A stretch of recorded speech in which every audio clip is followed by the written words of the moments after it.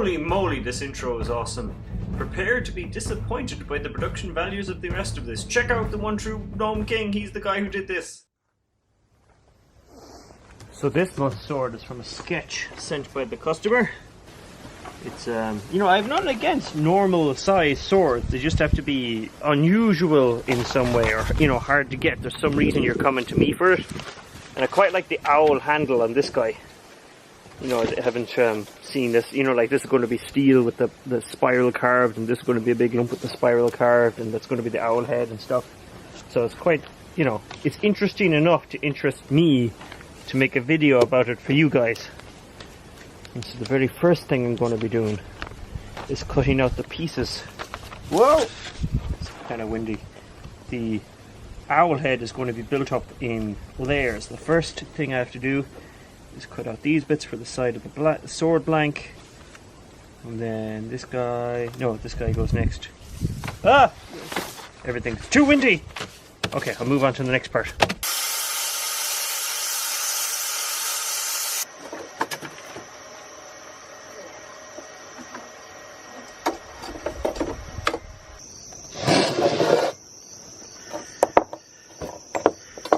So it's like this. Then we have one of these guys. Is that right? That's right. And then on top of that guy, we have one of these guys. Something like that.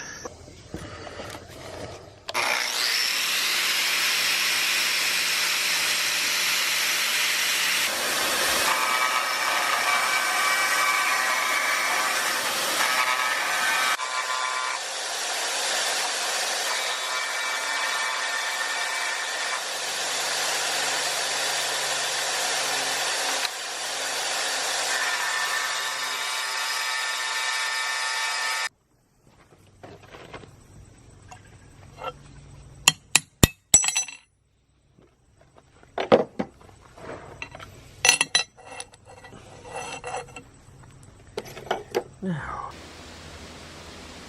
so the plan is I'm going to grind this hollow out, braze over this guy with the brass.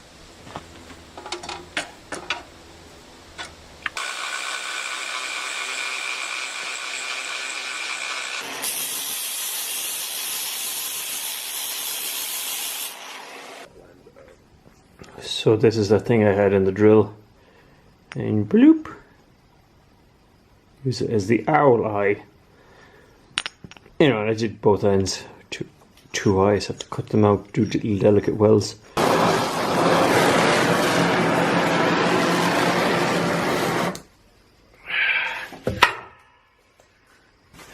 That seemed a little bit too hot to me. Oh, the camera's out of focus. I wonder did it catch any of it. I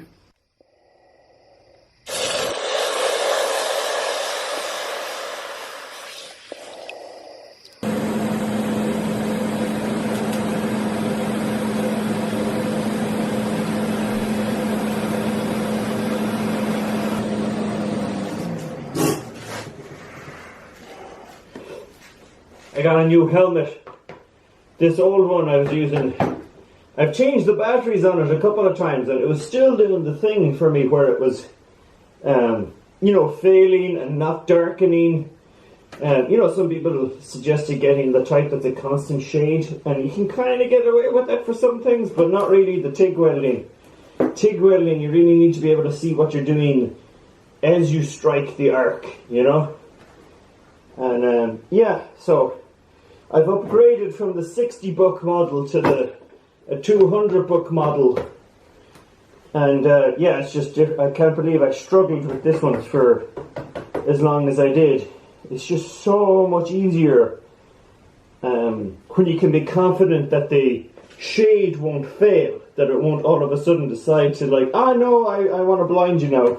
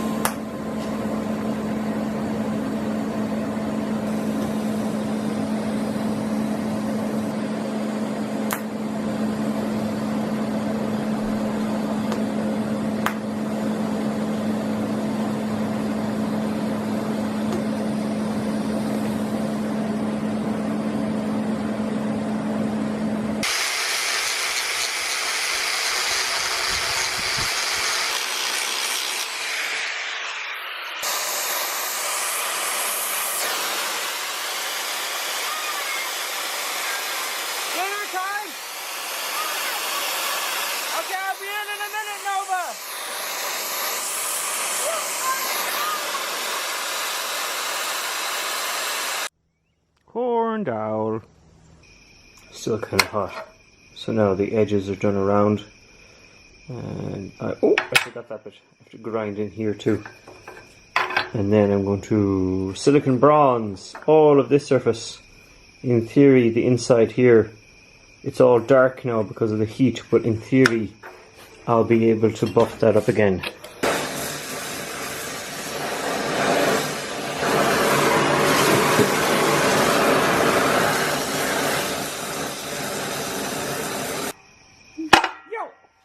Hot. So now the trick will be polishing up. Whoa!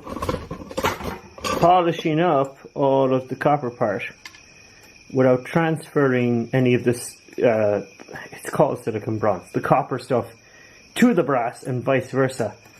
I want to try and keep these two separate colors. So after brazing those guys last night, I left them in this bucket of water. Now the hope was leaving them in the water would dissolve a lot of that the flux. Now it seems to have done, I don't know, it kinda worked. I'm gonna buzz it and see that up around here there still seems to be very hard parts. So this is a guard I made earlier. I tacked a piece of threaded rod to the back of it so that I could hold it on through the eye, because I'm slightly worried about the edge of the steel wire drill catching the edge of this plate, or the edge of this plate even, and doing something slightly crazy. So it's locked in there fairly tight. So let's see, can we do this without this plate flying off and doing something weird.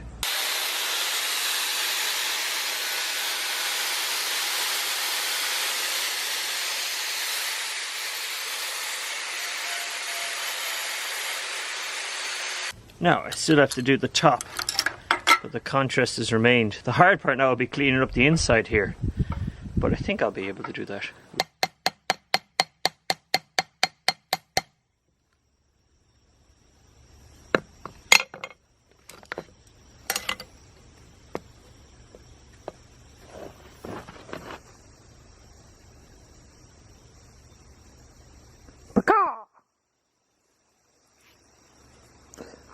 Wait, owls don't go pacaw. Where did they go? Hoo!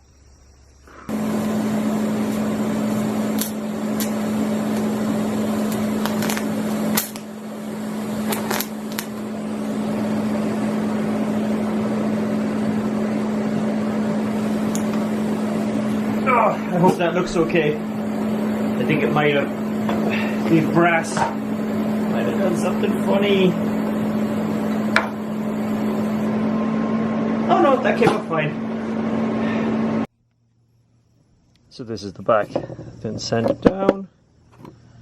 That's what these guys look like. Is that water? What's that? So it's these weird little patches. But yeah, you can really see the color difference now. You know, when it's all muddy and dark, it's hard to tell the color difference. When it's underneath artificial light, it's hard to tell the color difference. When you use the steel wire brush to buff it up like super shiny, it's also hard to tell the color difference, because then it's practically white, you know. But yeah, I think that reads. So they're the two halves of the owl head. I've got to do the rest of it. This stupid looking thing I'm wearing is a cold vest. You know, it's got like a bunch of ice packs inside. It's not too bad right now because there's a breeze, but early on today. So because the sword is skinnier than a lot of other swords I've done, I'm making it out of 3/8 instead of the 1/4 inch. But it throws out all my measurements about like deflection, and you know, with the big 1/4 inch plates, I kind of had half an idea how much you had to flex them to get any warping out. Let's see. So with this guy, I'm back to square one again. So before I did that, there was a 5mm deflection in the middle. Now you can see less. Oh, fish on it. 3. Is that really 10 millimeters deflection is 1 millimeter of correction? That'd be awesome. It was exactly that even. I doubt I'll be that lucky for the rest of it.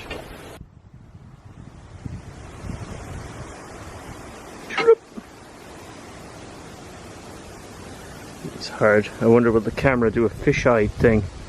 Sometimes it does. It's hard to make out.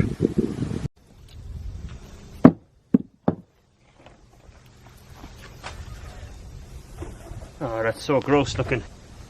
Yeah, feels crispy, but that's just the heat working on the layer of bubbles. You know, the stuff is actually off it. Yeah. Let's get it out of here. That's the vinegar bath, for in case anybody is not familiar with the videos. Normally though it's less hot when I do this, so the heat seems to have solidified the very surface layer that was probably all the scale and stuff that had burned off the surface, floated to the top. Gross, gross, gross.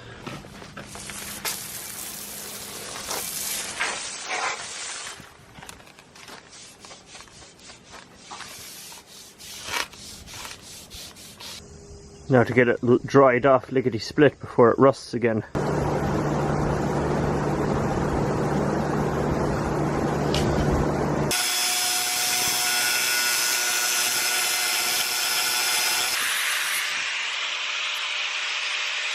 The important thing when cutting off the excess was to make sure that none of this guy turned blue. You could see there was some parts near the edge here where it was starting to turn yellow, and then just like back off and wait for it to cool down a bit.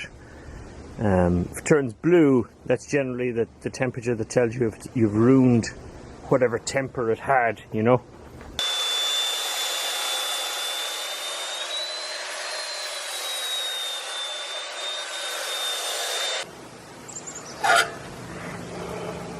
It was nearly good enough, but the way they cut it, there was a slight kink on the edge. It didn't take much to make it 90 degrees again.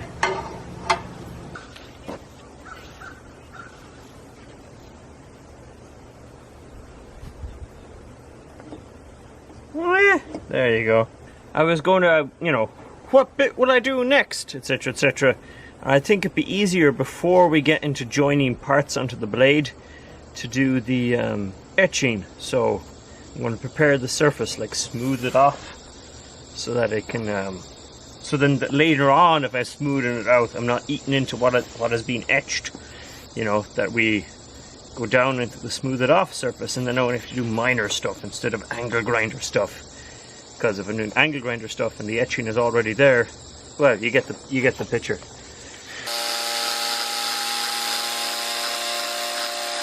Now that I've done the first layer with that cotton fibre thing, too hot to touch. Rex Cut were good enough to send me a big pack of goodies. These are the mediums, the fines, these are the interleaf, what do they call them? Fusion discs, interleaf flap disc. You know, it's got Scotch-Brite and the sandpaper. These more the same, they're not. What are these guys? Mega Bright. I haven't had these before. These are just like a Scotch-Brite finishing flap disc, a Scotch-Brite pad. I haven't used these before, so we'll see what these guys do. Is this another one? This is another one. Do they have, they do have grades. Of course, medium fine. So we'll see what these guys do. Oh, and these things. I think I had something like these. Medium, very fine. Let's see how shiny we can get it.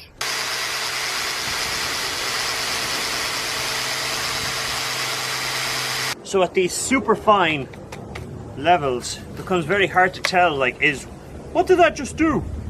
You know, because the differences between the different grades are finer.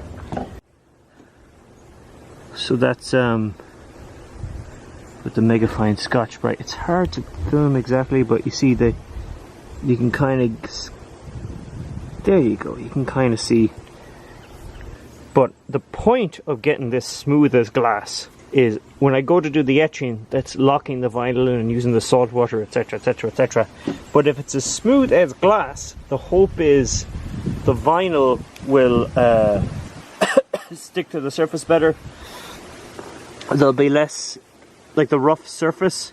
Presumably the vinyl will be able to bond better to something as smooth as glass. So that's the point of doing this first. Whereas ordinarily you'd leave this high polish stuff towards the end. You know, and like 70% of this is going to be gone anyway, because once I sharpen the edge, you know, this surface treatment, this is more an experiment than anything else. This was the part I needed smooth, where this part where the etching's going hot. So step one is to give a little rub down of the area, just in case there's any crap there. There shouldn't be, because it was so clean earlier, but acetone. I can feel it entering my bloodstream. Yummy. So now I'd be really horrendously shocked if there was any grease on that. Next part, where's my drafting dots gone? Put the lid back on the acetone. Oh, the woozy.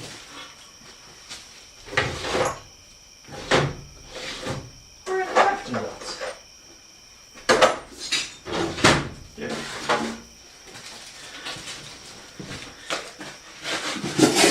Oh.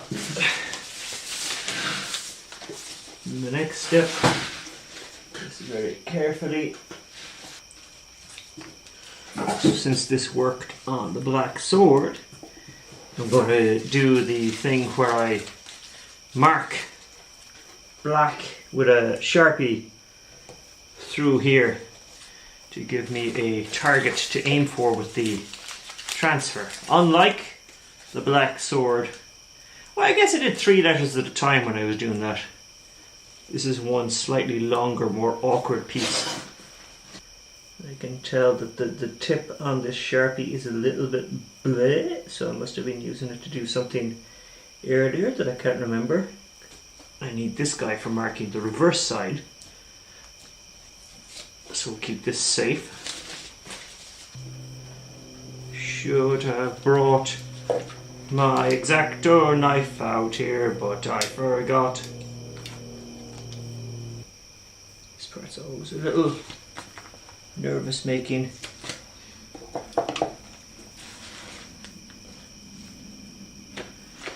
I'm using my knife instead of my fingernails because I don't want to get any oils or crap.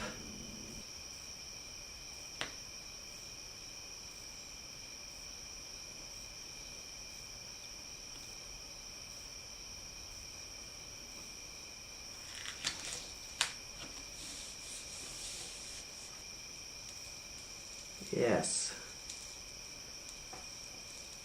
Yeah, man. Boom, we're done. Yay! So, the setup we have here is we have Silly Putty Trench, car battery charger set to 12 volts, 12 amps. We hook the red one onto the blade. The blank overshoots the table on this side, so that's why it's hooked on there. We have some grotty salt water, you know, just water and salt mixed, that I had from a while ago. It's only black because I've used it a bunch of times. Can we get it to touch off the bar on all sides without it overflowing? And then we hook the black one, so this metal bar is suspended off the you know, there's little blocks, so it's not touching the surface. So the only connector of these two things now will be, in theory, when I connect it on here. Let's try that again. The only place it'll make contact is when I connect it up down here on the other side. Let's go. There we go. So that bubbles and fizzes away. But I babysit it to make sure it doesn't do anything weird. And we let that go for 15 minutes. The silly putty is good for making these walls. The only thing is it kind of melts and droops, so every so often you have to go, oh, don't. So you kind of have to babysit it. So it wouldn't be suitable for any long overnight type project, but for this it was fine.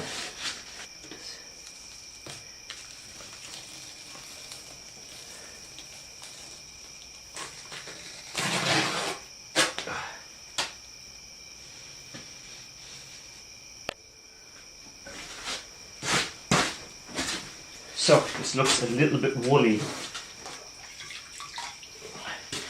but I think it will clean up fine. I'm also trying to get rid of all the salt water because it'll rust the thing like crazy.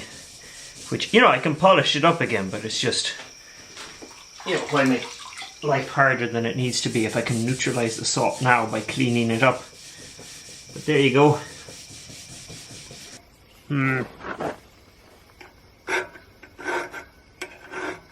The problem is the way I have this clamp, it makes it awkward to...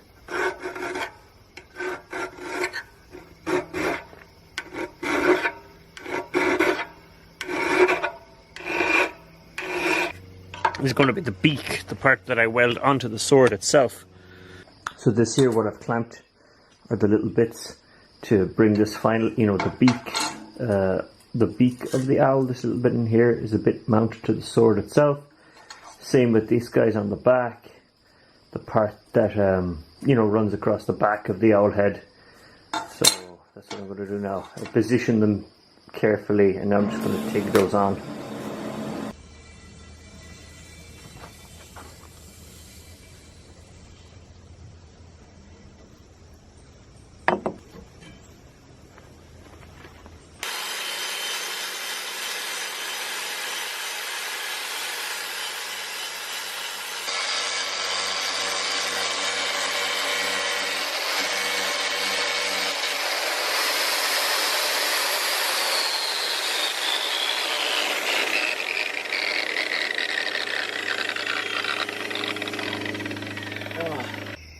So my arms were getting tired. So while I was waiting for my arms to recover, I rigged up this thing. It's a bag of bricks and some rollers. Oh, I found, you know, like I had the bricks in it, 15 pounds worth, to make the grinder weightless. But then I found it was weird to use, like it was actually hard to use weightless, so I changed it so it's now, I don't know, it was 3 bricks, something like 3 to 5 pounds. Just so I had some weight. So now instead of having 15 pounds hanging off my arms, I have 60-ish pounds going down through my shoulder and spine and stuff. So it's just as tiring, but to a different, you know, like the dexterity stays in my arms. I don't find them going weird because they're getting too tired. It's sweaty though.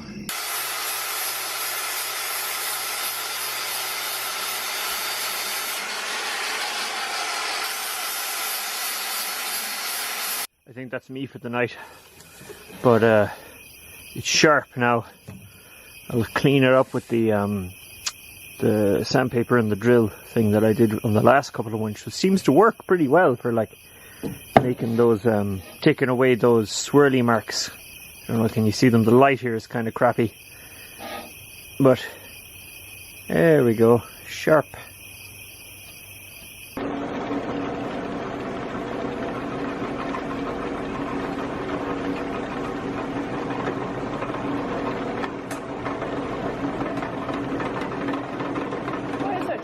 So much.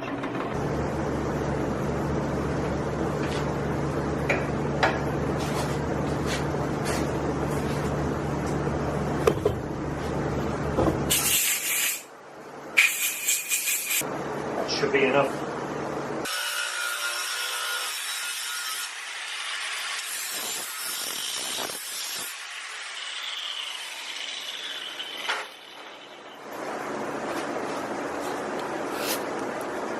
This is the piece I'm going to make the handle out of, but I want to taper it down.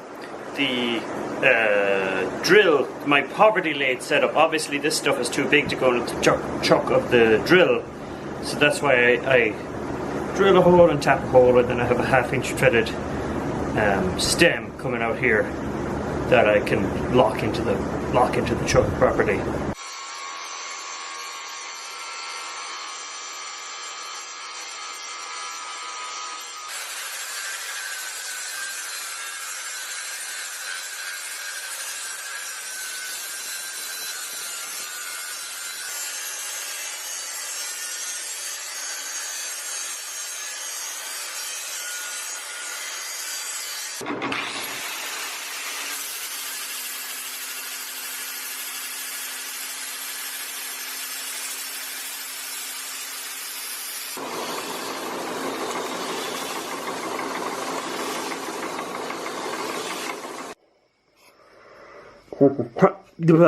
God damn it. At the top, you can see how much I ground away. So 3/4 and then it tapers back out, probably bellies a bit. You know, there's no way there's a straight line if I do this. Oh, it's not too bad. Oh no, it is pretty bad. It's more like a curve, like a gently curve up to that point than doing the straight line thing. It's more like a bowling pin or whatever. The air in here is gross.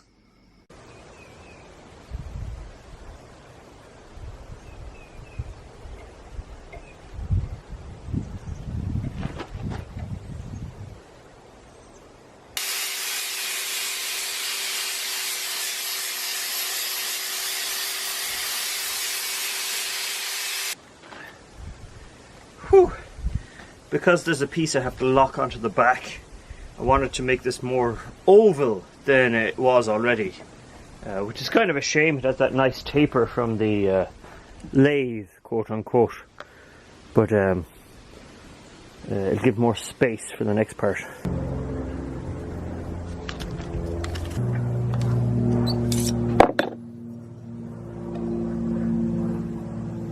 I copied the lines off the drawing, so that's why they're not. I'm dicking around with them, trying to make them more even looking in reality. A threaded bar, you know, like at the end of here, or whatever. I was reading somewhere there lately, can't remember where, that the reason it's called a threaded bar is because of this, that's how they used to mark them out in the old days. The goddamn thread, and then that's how they know where to cut. So, I mean, that's basically what I'm doing too, except these will be big grooves instead of like threads.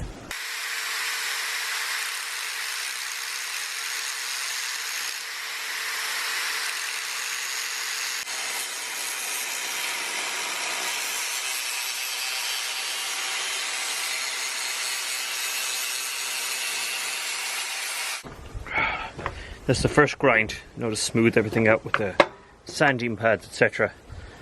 That's the idea, to create a kind of a, you know, a twisted look.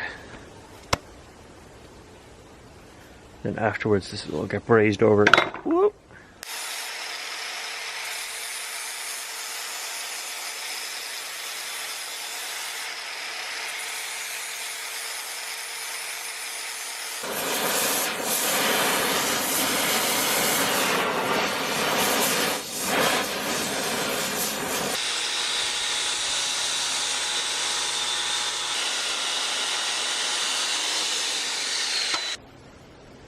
The peril of using cheap wire wheels.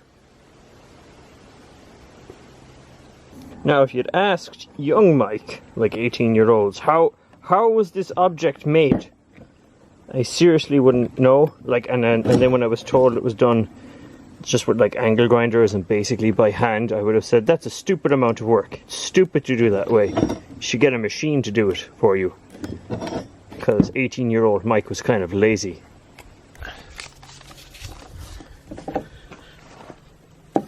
Come on, there we go.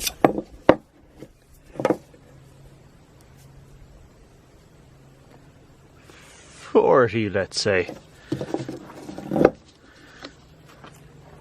So it'll be 40 by 40.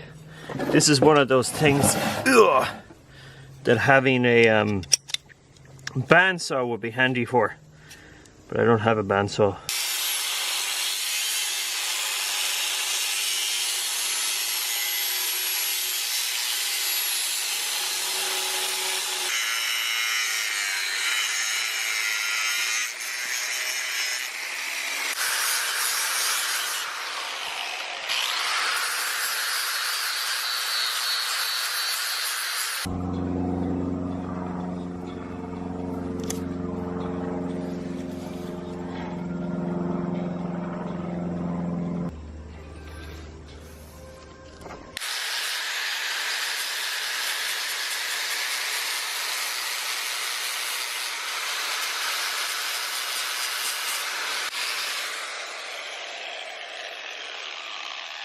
Yeah, too hot. I haven't used this type of disc before. It's the coarse finishing flap disc that the Rex Cut sent me, just to smooth everything off before I silicone bronze it. You know, it didn't have to be 100% smooth, but it'd be nice if there was no sharp edges or stuff that might cause problems. You know, because it's the pommel. You know, there's always the chance that like a hand will slip over this. The problem at the moment is it's way too hot to touch.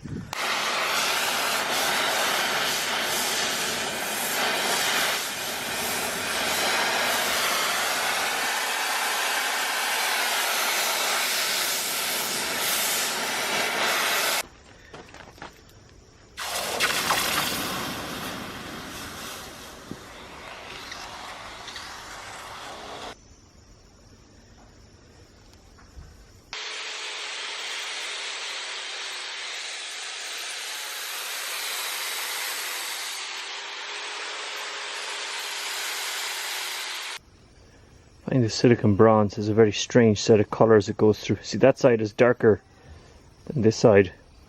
I mean, presumably they'll both tarnish out to the same colour. So, the next thing I'm doing is this thing going down the back of the handle, which is supposed to be, I guess, like the owl's wings. Customer sent me a not a plan view. What's the other view called? The one where it's like, is it just called top view? I thought there was a different name for it, a better view when it was like, or a better name, fancier name when it's top view.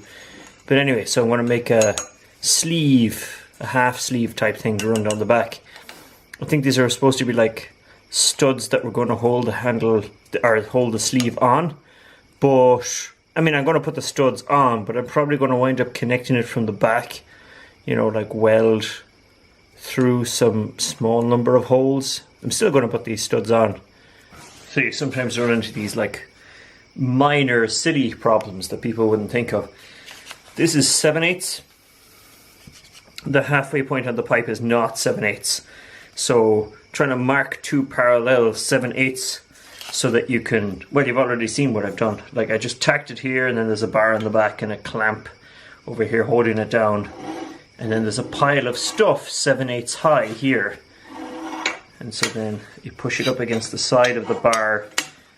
And this is how I'm going to mark a distance that's 7/8 from the, you know, from the back of the pipe. So if I cut this line, and I think I've already marked the other one, I'll have a pipe section that's, you know, 7/8 high. And then the studs are not quite centered. They're only 3/8 high. So then you get a thing that's 3/8 high. And I can draw my other line using this.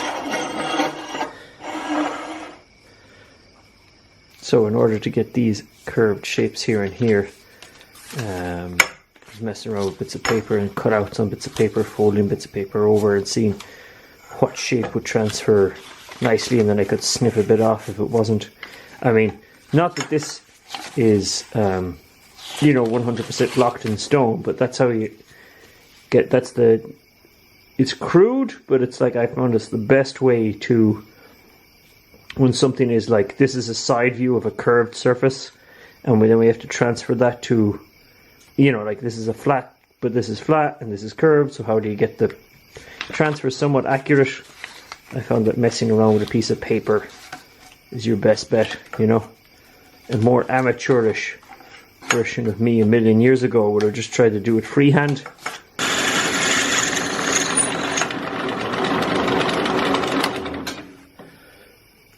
Yet again, I'm not using oil because I have to braise this surface. So I know I don't want.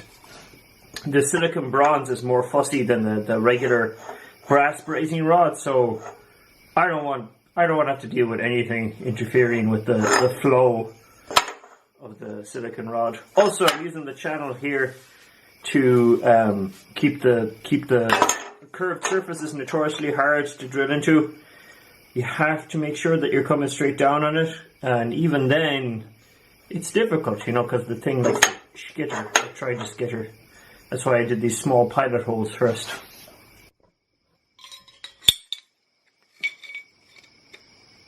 It's kind of the idea. I took these in. Don't like those.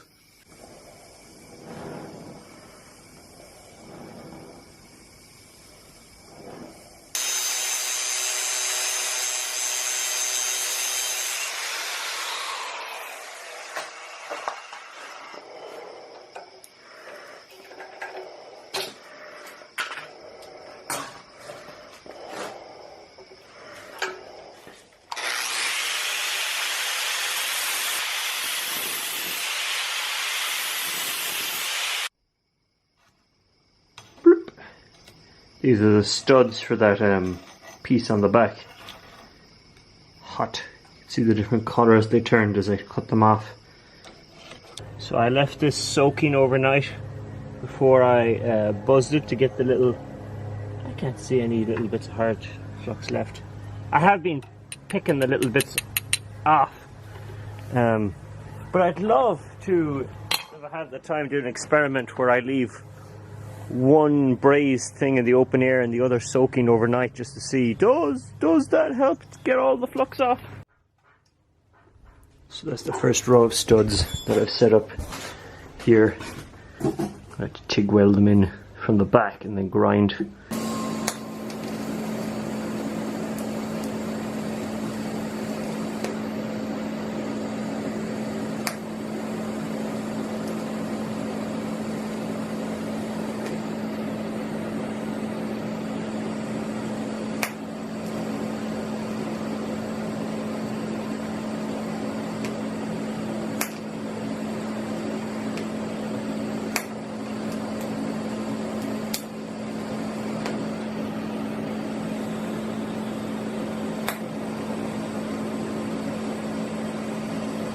So this is the piece. Now that it's done, you can see the parts welded on the back. I ground that away, and the little studs on the front. They're slightly darker because I hit them with gun blue. Originally the plan was they were going to be silver, and then I'd hit them with the gun blue and they'd turn jet black. I kind of like the way that looks, you know, like they're slightly... The reason they're coppery is because there was so much scorch mark. The original plan A was to use just Scotch-Brite to get rid of the scorch marks and then leave these silver and then hit them with the gun blue afterwards, but the scorch marks were too severe, so I hit it with the angle grinder and the steel wire brush, and it coated them with a light coating of copper and then the silicon bronze stuff, and then I hit it with the gun blue, which did still make them turn darker, but they're kind of coppery. But I don't know, I like it. I think it's kind of cool.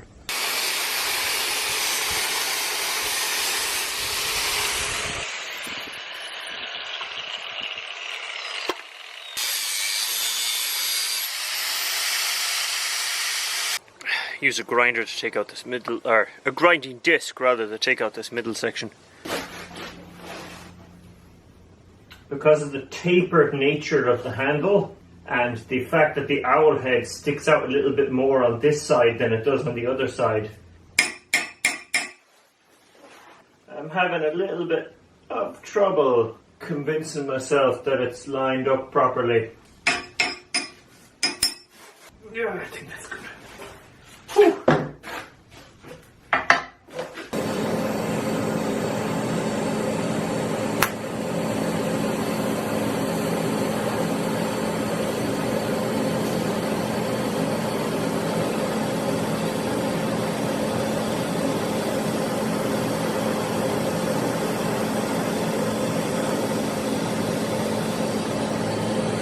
So I just welded the bits top and bottom. You know, I did the two sides on the table back there. So now it's fully welded. I have these gloves on because it's going to be hot, and I want to see what it feels like. First time lifting the sword up with the handle on. Oh boy! Yeah, so it's heavy. I mean, it would be totally fine one-handed. No, sorry. I'm getting distracted by my mermaid skin.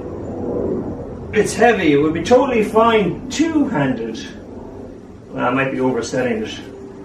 I'm used to dealing with ridiculous ones, and this is probably still ridiculous compared to historical ones.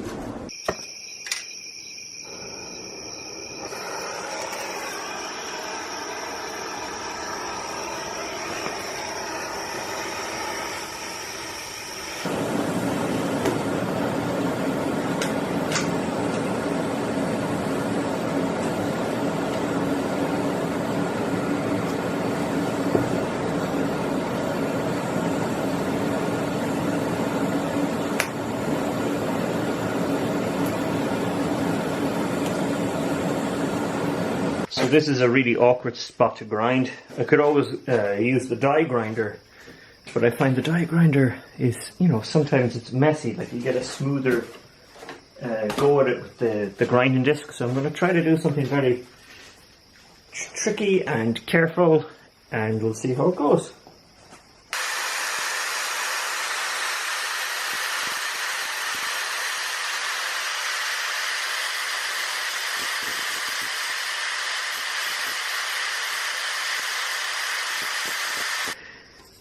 I find the silicon bronze is more heat sensitive than the brass from the brazen rod is.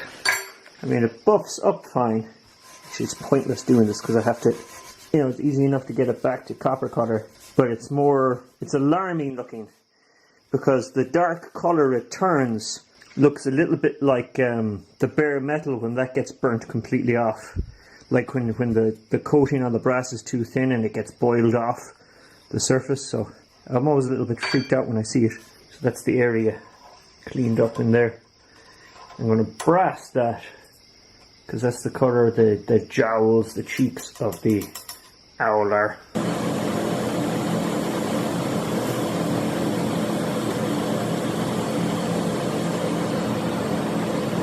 Now I'm going to undo this clamp here and then squint at this and drive myself crazy trying to figure out, is this guy in line with this guy properly?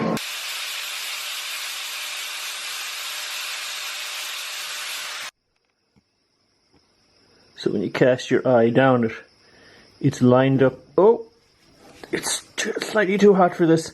It's lined up with the handle in general. Whew. Annoying thing. I need to fix this finger. It's the most annoying thing about working, is constantly trying to go, it's too hot for me to mess with. I have to wait for it to cool down to do the next bit.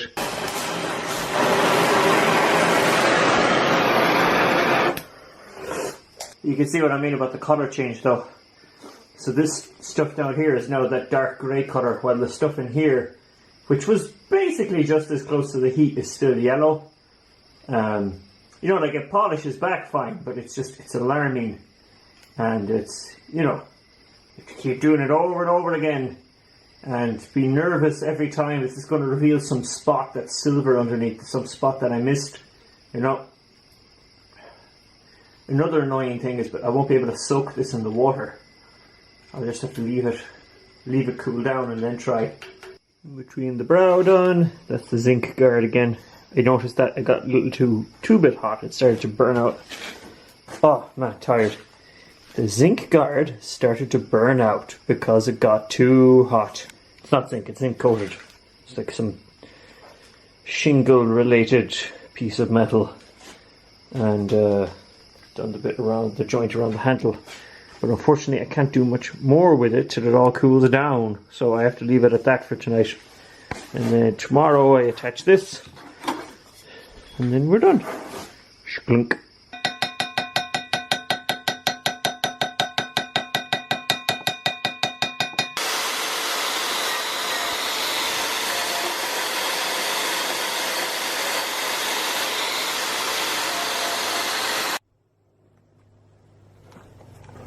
So last minute change to the plan.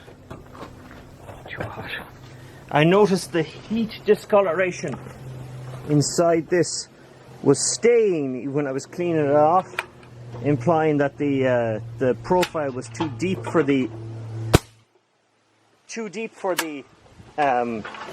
sandpaper to reach into, which is fine, because now what I'm going to do is I'm going to brass the inside of the design.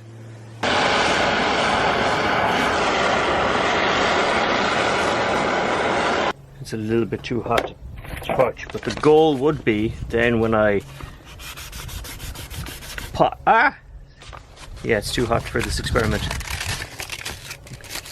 Thought would be that when I polish back, there's kind of a goldy effect left inside the etching. You can kind of see it works. Some of it comes off. I can instantly see that some of it is coming off. But too hot. This is too hot, too hot, too hot. Wait for that to cool down. So that's all the components except for the stylized wings on the back cleaned up. Just a couple of things. I have to clean up this edge, the sandpaper guy. I'll leave that to the last for obvious reasons. And the wings.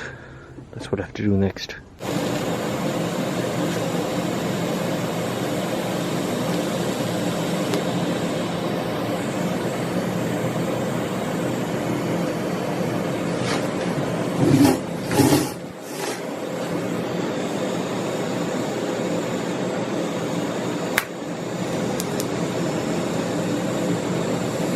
The only bad thing about putting this guy on is buffing it up afterwards. I can lost the black on these guys. They're all shiny again now, so I'm going to have to either do that again or say screw it.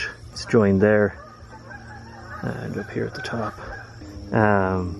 What was I? Oh yeah, so next thing I'm doing is sandpaper drum on the drill.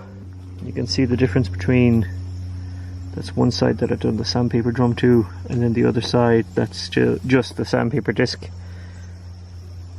See, this is smoother. And then hopefully that'll be the last thing.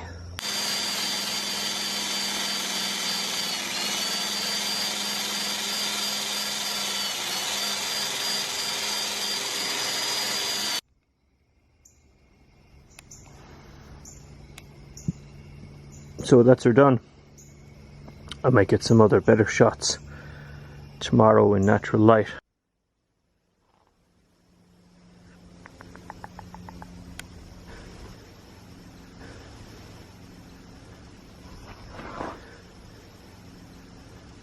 So there it is, finished. The wise sword. Sapientes. I hope I'm saying that right. You can argue about how to pronounce the title of this video in the comments. You could pronounce it Sapiens, but Sapientes sounds more Latin-y. Yeah, go argue in the comments. That's what you guys can do.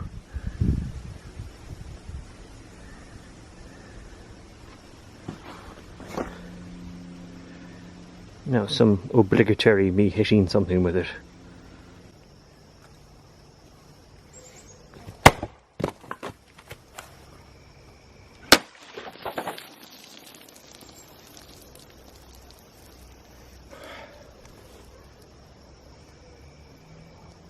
So yeah, I mean, it's way more usable than my normal ones. But like, the only real reason I made it was the groovy handle. Before I get a flood of emails asking for normal size swords, this was a special case.